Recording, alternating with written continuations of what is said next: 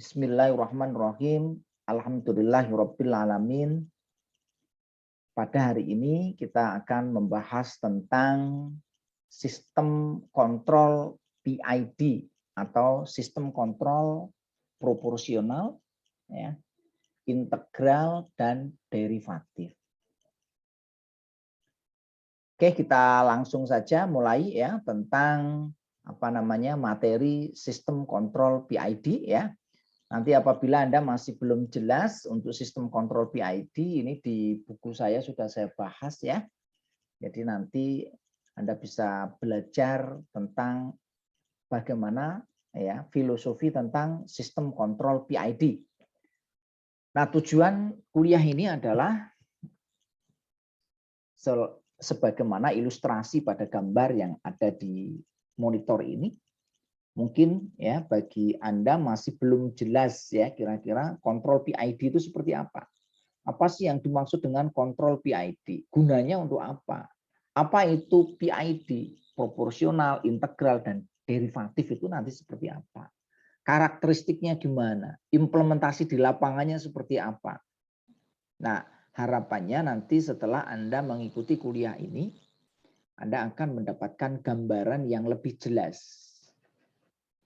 Sehingga nanti dengan memahami materi dengan baik dan jelas, Anda nanti dapat meningkatkan kompetensi.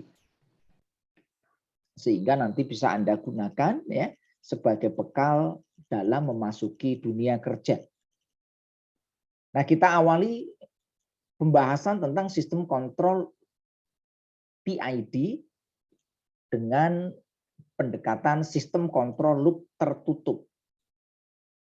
Jadi di dalam sistem kontrol DCS itu kebanyakan nanti sistem kontrolnya menggunakan strategi sistem kontrol loop tertutup. Apa yang dimaksud dengan sistem kontrol loop tertutup? Di awal sudah saya jelaskan ya, yang dimaksud dengan sistem tertutup itu seperti apa? Yaitu sistem yang mengukur keluaran aktualnya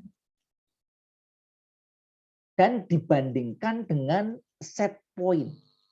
Jadi kalau saya gambarkan di dalam blok diagram, sistem kontrol tertutup itu berbeda dengan sistem kontrol loop terbuka. Bedanya apa? Bedanya di sini adalah terdapat mekanisme feedback atau umpan balik. Jadi di sini ada sebuah proses, ada plan, ada controller, di sini ada output, di sini ada input, di sini ada set point.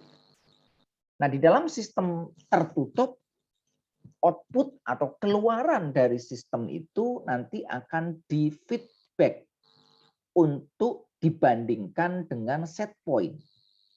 Sehingga nanti di sini akan muncul yang namanya error. Apa itu yang dimaksud dengan error? Yaitu adalah perbedaan antara keluaran atau output dibandingkan dengan set point atau nilai yang kita inginkan. Nah, di sini kalau di dalam operasi matematik, outputnya di sini saya simbolkan dengan Y, sedangkan nilai set point-nya saya simbolkan dengan X, maka yang dimaksud dengan error atau toleransi atau dalat ya, ini dirumuskan secara matematik adalah E sama dengan Y min X atau X min Y dikasih tanda mutlak. Sehingga nanti di sini akan muncul ya, apabila Y-nya lebih besar dari X maka hasilnya adalah positif. Apabila nilai Y-nya lebih kecil dari X maka akan muncul nilai negatif. Sehingga nanti controller ini akan melakukan aksi sesuai dengan nilai errornya. Nah, sehingga di sini nanti sistem kontrol akan membangkitkan sinyal berupa sinyal pengendali yang misalkan saya tuliskan dalam notasi U berdasarkan nilai errornya. Nah, ini kalau contoh sederhana begini untuk sistem kontrol loop tertutup. di mana di sini terdapat sebuah sistem kontrol yang akan mengontrol di sini adalah level. Level dari tangki yang dikontrol adalah level misalkan liquid atau air, minyak, atau yang lainnya. Nah, di sini ada water supply-nya di sini. Di sini ada controllernya. Controllernya pakai valve ya, bisa dalam bentuk on maupun off. Di sini nanti ada keluaran ya. Sehingga nanti di sini karena ada keluaran, di sini ada masukan, maka di sini nilai level pada tangki ini akan berubah tergantung kepada apa? Kecepatan keluarannya dan kecepatan masukannya. Sehingga nanti di sini perlu kita kontrol.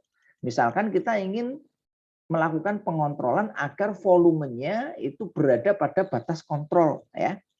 Batas bawahnya berapa, batas atasnya berapa. Sehingga nanti kita di sini perlu aksi kontrol.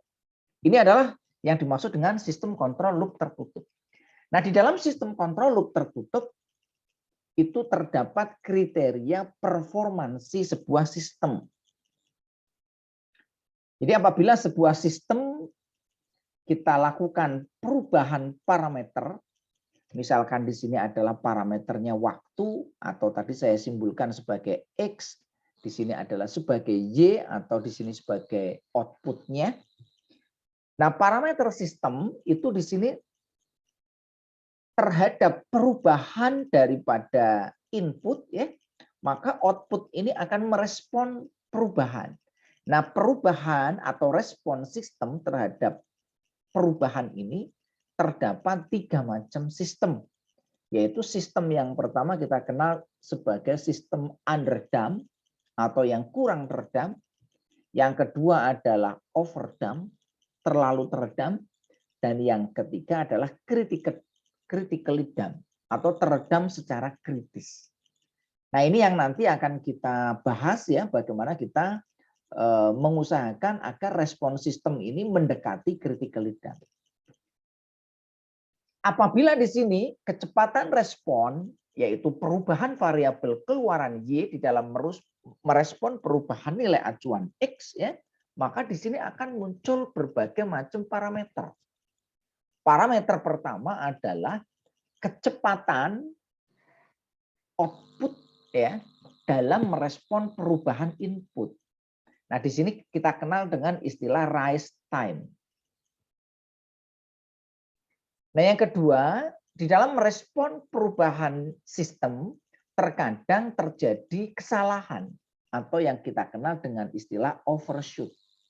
Overshoot itu lonjakan. Nah, yang ketiga, untuk mencapai nilai stabil itu dibutuhkan waktu yang dikenal dengan istilah settling time. Dan yang keempat, apabila dia sudah mencapai nilai yang stabil, apakah outputnya itu nanti akan terdapat perbedaan atau tidak dengan set point. Nah, ini yang kita katakan sebagai steady state error. Nah, ini yang harus kita pahami terkait dengan kriteria performansi sebuah sistem. Jadi yang namanya error di sini yaitu adalah selisih antara nilai yang diinginkan atau X dengan variabel proses keluaran yaitu Y. Nah, yang namanya sebuah sistem di dalam merespon perubahan parameter yang terdapat pada sistem ini, maka di sini dibutuhkan yang namanya stabilitas dan sensitivitas. Sistem harus stabil di dalam merespon perubahan parameter dan juga harus sensitif terhadap gangguan. Apabila terdapat gangguan, ya maka dia harus sensitif. Selain sensitif, dia harus stabil agar nanti dia tidak menimbulkan masalah. Nah, nanti kita akan lihat ya beberapa respon sistemnya. Nah, di dalam merespon terhadap perubahan parameter dari sistem, ya, terdapat yang namanya istilah respon transien. Apa itu yang dimaksud dengan respon transien? Respon itu tanggapan, transien itu peralihan. Jadi respon transien itu adalah tanggapan peralihan. Pada waktu sistem kita minta untuk berubah, misalkan di sini saya minta perubahannya dengan menggunakan fungsi step. Fungsi step artinya apa? Pada saat kondisi di sini dia 0, dia saya minta berubah menjadi nilai 1. Maka sistem ini akan melakukan respon. Nah, responnya seperti tadi ya yang telah kita bahas. Nah, di dalam analisis respon sebuah sistem kontrol ya terdapat beberapa hal yang perlu kita pahami. Yang pertama adalah kestabilannya. Jangan sampai nanti sistem itu keluar dari kestabilannya sehingga nanti merusak ya. Yang kedua, kita perlu memahami tentang karakteristik sistemnya. Yang ketiga, kita perlu memahami tentang error steady state-nya. Nah, terkait dengan ini ya tadi parameter-parameter sistem yang perlu kita perhatikan ya terkait dengan stabilitas, terkait dengan karakteristik respon transiennya, terkait dengan error steady state dan lain sebagainya. Nah, kita ulangi lagi ya, respon sistem. Pada saat input X pada sistem kontrol itu berubah secara mendadak itu berubah dalam waktu yang sangat singkat. Maka di sini keluaran Y itu akan memerlukan waktu untuk merespon perubahan. Nah, dengan kata lain, apabila perubahannya mendadak, maka sistem itu akan mengalami shock. Sehingga akan memberikan respon sesuai dengan karakteristiknya. Ini ibaratnya kalau kita ilustrasikan manusia. Manusia begitu nanti kita ada aturan baru, maka kita akan shock.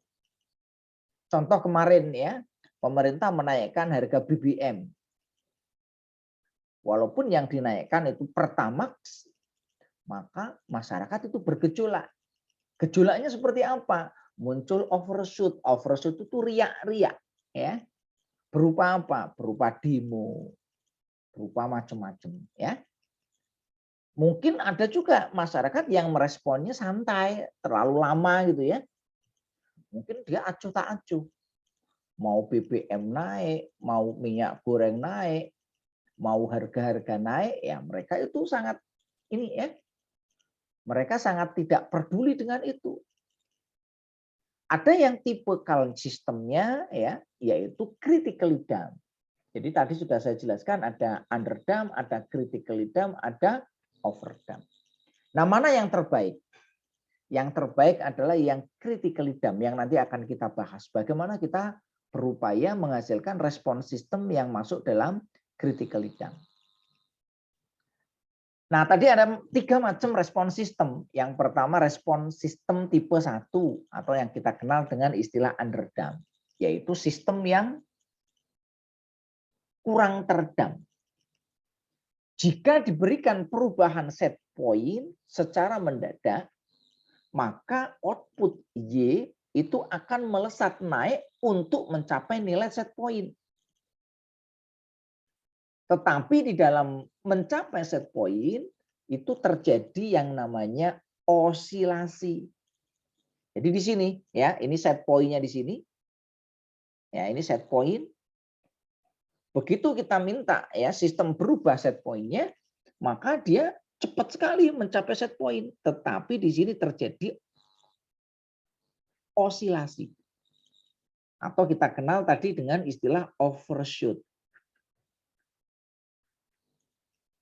Nah, respon sistem yang seperti ini ya tentu saja ini cukup berbahaya. Berbahaya gimana?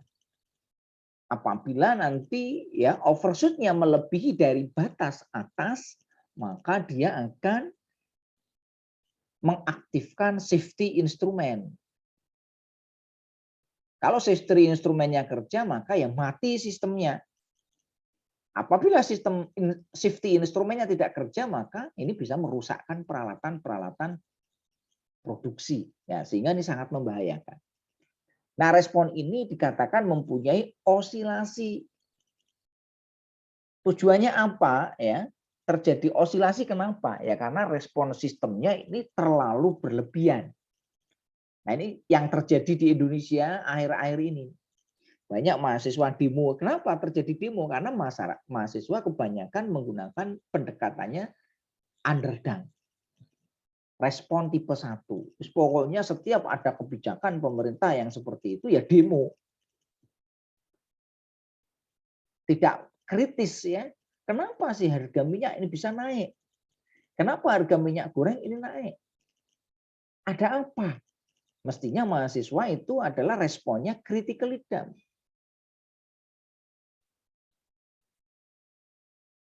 Ya, tapi kebanyakan mahasiswa kita ya responnya apa? Underdone. Pokoknya apa? Kebijakan yang menyengsarakan rakyat ya langsung demo. Nah, ini adalah respon tipe 1.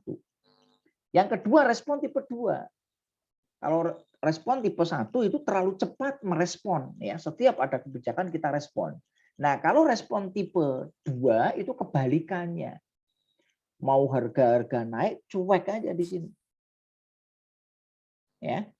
Sehingga nanti untuk bisa menyesuaikan terhadap set point di sini, itu waktunya lama. Bahkan mungkin tidak bisa mencapai set point.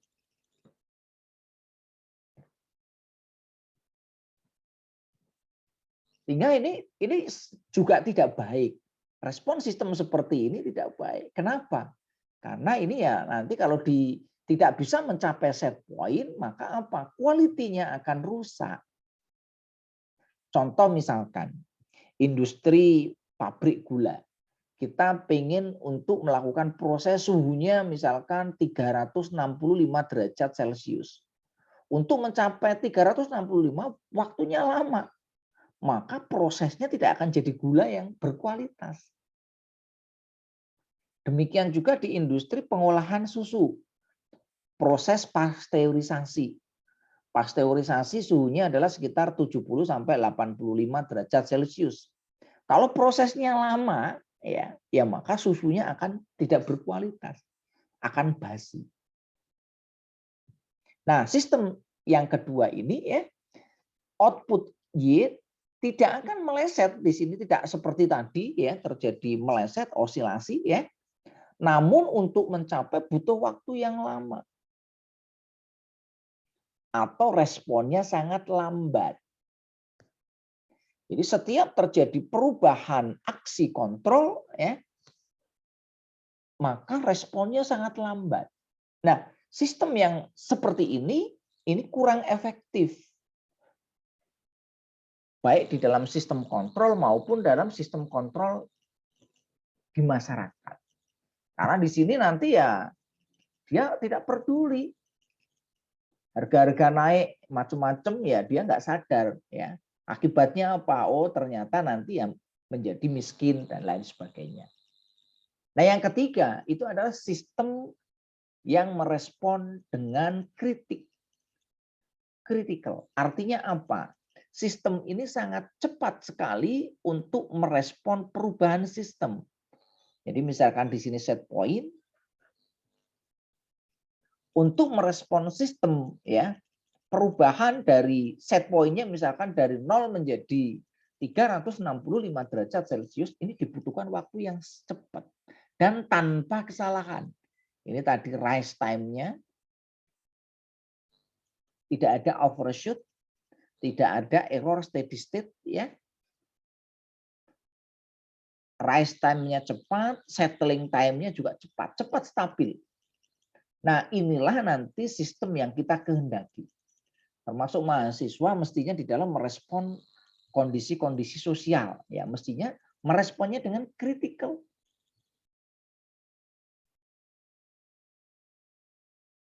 Nah, respon yang kritikal itu seperti apa? Kita mencari solusi. Pemerintah kok menaikkan? Kenapa kok pemerintah itu solusinya menaikkan? Apa nggak ada solusi yang lain? Nah, di sini peran kritikalnya. Diskusi dengan pemerintah. Ada loh ternyata opsi tidak harus menaikkan harga BBM. Opsi yang apa? Silakan disampaikan. Kita kaji bareng. Apakah itu memungkinkan atau tidak? Kita bisa berdebat. Bisa berdiskusi. Argumentasi.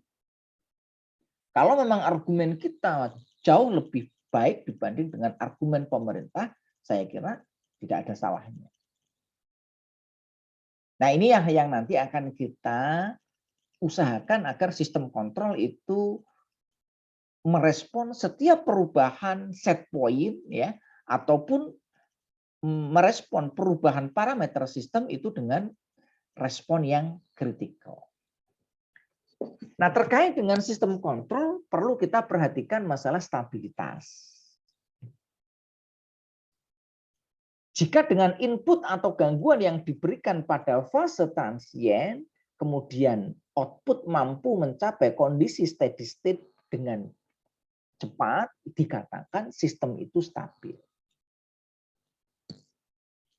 Nah, sistem yang tidak stabil seperti apa?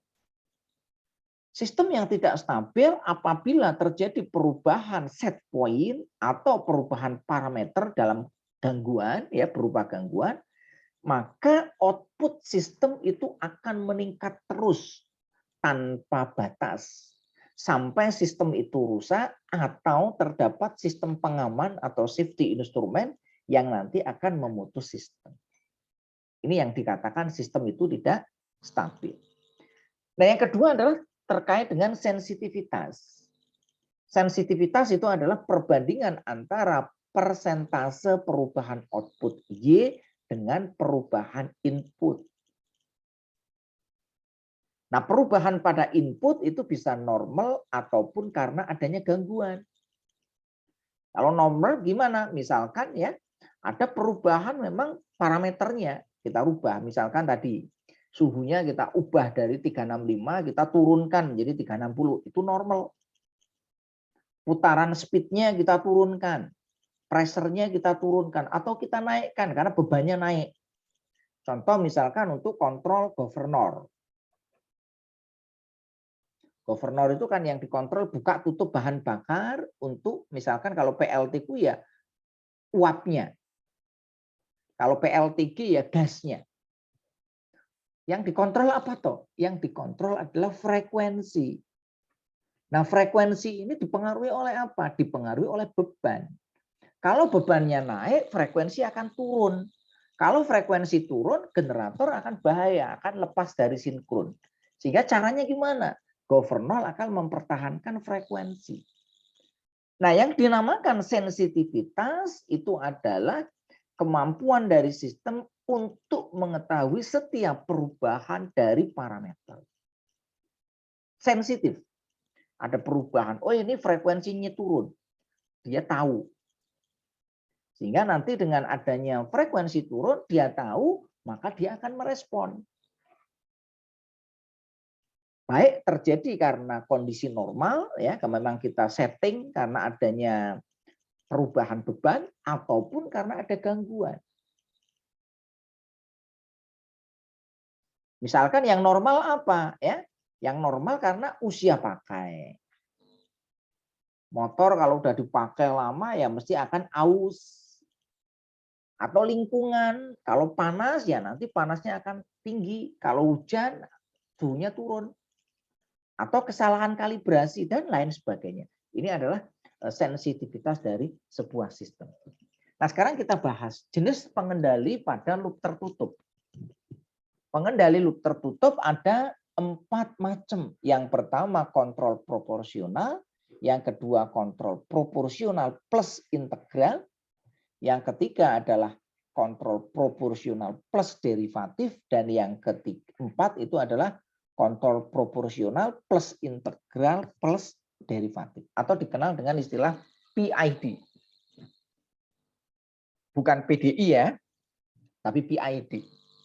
P, PI, PD, dan PID. Nah, sekarang kita bahas sistem kontrol proporsional. Apa sih yang dimaksud dengan sistem kontrol proporsional? Sistem kontrol proporsional itu adalah sistem kontrol yang melakukan aksi kontrol tanpa menaikkan atau menurunkan order sistem. Proporsional. Sistemnya tetap ordernya. Jadi kalau di sini ada sistem order 1, kita kontrol dengan kontrol proporsional, ya ordernya tetap order 1. Kalau dia orde 2 tetap orde 2, orde 3 tetap orde 3. Kita tidak melakukan penurunan maupun peningkatan orde sistem. Nah, sistem proporsional karena dia tidak ada kenaikan maupun penurunan orde sistem itu termasuk sistem kontrol yang paling sederhana. Karena paling sederhana hasilnya kurang akurat. Nah, fungsi dari sistem kontrol proporsional itu adalah menurunkan rise time. Artinya apa menurunkan rise time? Waktu yang dibutuhkan untuk mencapai set point itu lebih cepat. Tetapi efek sampingnya menimbulkan overshoot. Sehingga di sini nilai keluarannya berbanding lurus dengan errornya. Nah, di sini ya fungsinya kontrol proporsional adalah mengatur, yaitu errornya ini kita kalikan dengan konstanta proporsional atau konstansa gain proporsional. Nah, karena di sini muncul overshoot, maka ini bahaya. Sehingga nanti untuk sistem kontrol proporsional perlu kompensasi. Nah, kompensasinya bisa berupa integral maupun derivatif yang nanti dikombinasikan. Nah, kalau kita lihat bloknya seperti ini ya, ini blok diagram untuk sistem kontrol proporsional. Persamaan matematisnya seperti apa ya? UT itu outputnya di sini sama dengan KP itu konstanta proporsionalnya dikalikan dengan ET itu adalah di sini error.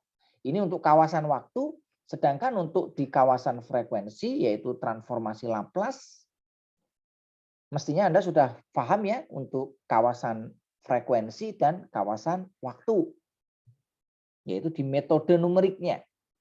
Ini di matematika teknik ya dan di dasar sistem kendali mestinya sudah dibahas ya.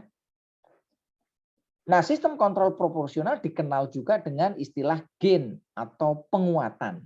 Karena di sini hanya menguatkan saja. Nah, bagaimana contoh rangkaiannya seperti apa? Ini contoh rangkaian ya untuk sistem kontrol proporsional. Sistem kontrol proporsional bisa kita implementasikan dengan menggunakan op-amp. Di sini nanti kalau op-amp kan ada yang inverting, ada non-inverting. Apa itu inverting? Inverting itu membalik, kalau non-inverting ya tidak membalik. Nah, ini yang termasuk inverting. Ini yang untuk inverting summary-nya. Nah, di sini kita tinggal atur saja nanti berapa nanti KP-nya. Ya kita tinggal tentukan di sini. Berapa nilai RF dan R1-nya. Sehingga nanti di sini bisa kita fix ya. Atau kita bisa buat variabel di sini. Sehingga nanti kita bisa melakukan adjustment. Nah, ini contoh ya untuk simulasi sistem kontrol proporsional. Ini kita bisa simulasikan dengan MATLAB. Nanti Anda bisa simulasikan dengan MATLAB ya. Di buku saya sudah saya jelaskan bagaimana cara membuat simulasi ya, baik dengan MATLAB biasa maupun dengan MATLAB Simulink. Nah, nanti Anda perlu memodelkan sistemnya dulu, cara pemodelannya seperti apa di buku sudah saya jelaskan.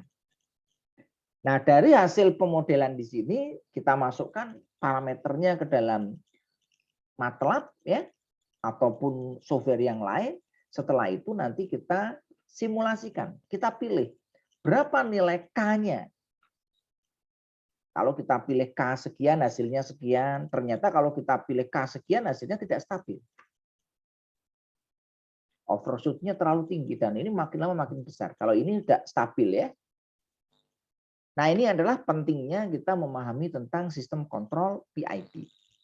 Nah, yang kedua adalah sistem kontrol integral.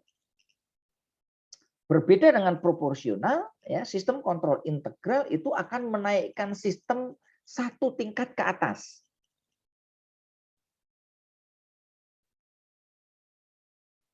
Jadi di sini sistem kontrol itu berbanding lurus dengan nilai dan lamanya error. Nah, sehingga di dalam sistem kontrol integral itu akan menjumlahkan error setiap waktu dan mengakumulasi offset yang sebelumnya telah dikoreksi. Sehingga nanti error yang sudah terakumulasi akan dikalikan dengan koefisien integralnya. Nah, efeknya apa sistem kontrol integral ini? Akan mempercepat perpindahan proses menuju set point dan efek yang lain menghilangkan error steady state yang muncul pada kontrol proporsional. Jadi kalau nanti di proporsional ada error steady state ya, dapat dikompensasi dengan menggunakan integral. Nah, integral juga merespon error terakumulasi, maka dapat menyebabkan terjadinya overshoot. Sama dengan proporsional, ya, tetapi tidak terlalu besar. Nah, ini kalau kita lihat ya persamaan untuk kontrol proporsionalnya. Ini blok diagram sistemnya. Ini kawasan frekuensi, ini kawasan waktu ya. Ini kawasan frekuensi. Apa itu kawasan frekuensi? Yaitu kawasan waktu yang sudah ditransformasi dengan menggunakan teorema Laplace. Nah, ini contoh ya. Kalau tadi untuk sistem kontrol proporsional ya, itu hanya terdiri dari R saja, R1 dan Rf. Nah, kalau di dalam integrator di sini terdapat R dan C. Karena ada C ini nanti dia akan merubah order sistem. Naik satu tingkat ke atas. Yang tadinya order 1 naik jadi order 2, yang tadinya order 2 naik jadi order 3 dan seterusnya. Nah, pengaruhnya apa ya? Pengaruhnya di sini menghilangkan error steady state ya. Respon lebih lambat dapat menimbulkan ketidakstabilan karena meningkatkan order sistem. Ini rawan ya. Sehingga harus hati-hati menggunakan sistem kontrol integral. Semakin besar error, semakin cepat sinyal kontrol itu bertambah ya, karena dia integral itu kan penjumlahan. Nah, berikutnya adalah sistem kontrol derivatif. Kalau derivatif itu menurunkan. Kalau integral itu menaikkan, C-nya ada di atas, kalau diturunkan C-nya ada di inputnya. Jadi ini bedanya di situ. Aksi derivatif itu nanti akan memprediksi perilaku sistem dan kemudian memperbaiki waktu tinggal dan stabilitasnya. Nah, di sini untuk derivatifnya menggunakan ya KD. Nah, implementasi di dalam kontrol real ya, itu pertama adalah sistem kontrol proporsional, yang kedua adalah sistem kontrol proporsional plus integral. Jadi kalau integral tok nggak ada, derivatif tok ya juga nggak ada. Yang ada adalah proporsional, yang kedua adalah proporsional plus integral. Jadi di sini PI ya ada proporsional ditambah dengan integral. Nah, ini dikenal dengan istilah kompensator. Nah, sistem kontrol PI itu akan menyesuaikan penguatan sistem ya pada pengendali proporsional, namun juga akan meningkatkan satu tingkat ke atas. Nah, meningkatkan tipe sistem itu nanti akan meningkatkan jenis input yang bisa diterima sistem tanpa menghasilkan kesalahan yang tidak bisa diterima. Nah, ini kelebihan dari kontrol PI. Ini blok diagram ya. Di sini ada kontrol proporsional, di atas itu ada kontrol integral. Implementasinya seperti apa? Ya, ini contoh ya. Contoh untuk sistem kontrol proporsional plus integral. Ini yang proporsionalnya, ini yang integralnya, ini invertingnya. Ya, tergantung kebutuhan dari sistem kontrolnya mau inverting atau tidak. Kalau enggak ya nggak usah pakai yang inverting. Cukup nanti ini ada proporsional. Nah, ini yang nanti yang integralnya di sini, integratornya. Ini errornya dikuatkan ya. Nanti di sini penguat operasional biasa ya, menggunakan proporsional dan ditambahkan nanti dengan integral. Nah, yang kedua adalah proporsional plus derivatif. Ini proporsional ditambah derivatif. Dikenal dengan istilah lead kompensator. Berbeda dengan integral yang menaikkan order sistem, kalau derivatif justru menurunkan order sistem. Jadi di sini kita bisa mengubah sistem tipe 0 menjadi tipe 1 maupun tipe 2. Dan juga sebaliknya.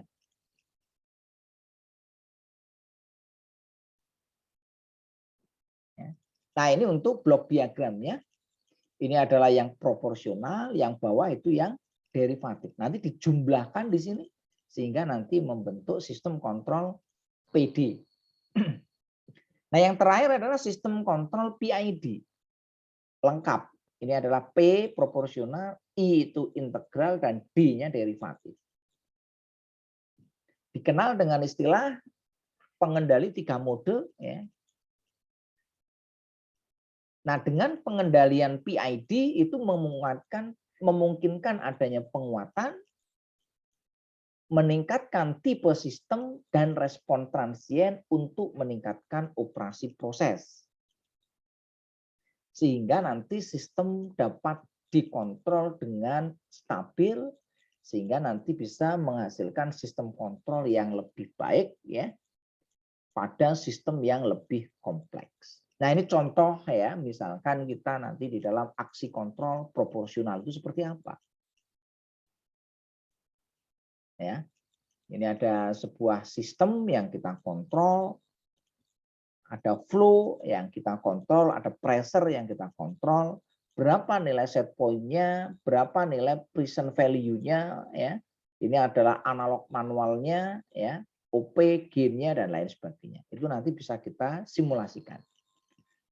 Nah, dari penjelasan di atas ya ada beberapa yang dapat saya simpulkan ya terkait dengan karakteristik masing-masing sistem kontrol. Yang pertama proporsional, yang kedua integral, yang ketiga derivatif. Jadi ada 4 parameter yaitu adalah rise time, overshoot, settling time, dan steady state error. Pengaruhnya apa? Kontrol proporsional itu akan menurunkan rise time. Artinya apa? Menurunkan itu. Berarti respon sistem lebih cepat mencapai set point. Tetapi efek sampingnya overshoot-nya naik. Perubahan settling time-nya kecil, SS error-nya, steady state error-nya turun. Sedangkan untuk integral, rise time-nya turun lebih cepat sama-sama ya. Overshoot-nya naik sama ya. Nah, settling time-nya itu lebih cepat mencapai stabil ya, dan SS error-nya dihilangkan. Sedangkan yang derivatif itu tidak berpengaruh terhadap rise time. Kalaupun ada perubahan, perubahannya kecil ya. Overshoot-nya kita turunkan. Nah, ini untuk kompensasi. Supaya nanti kalau kita pakai proporsional terjadi overshoot, kita turunkan pakai derivatif.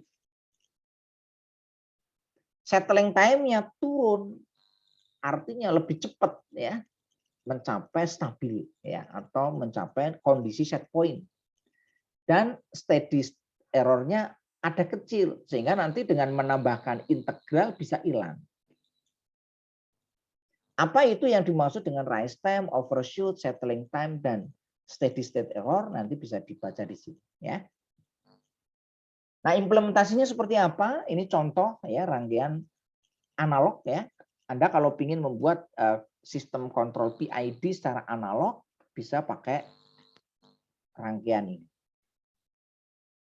Kalau Anda ingin buat pakai misalkan power simulator ya. Ini misalkan Anda mau membuat kontrol untuk kecepatan motor DC yang Anda kontrol dengan menggunakan PID controller. Nah, ini sudah saya buatkan simulasinya.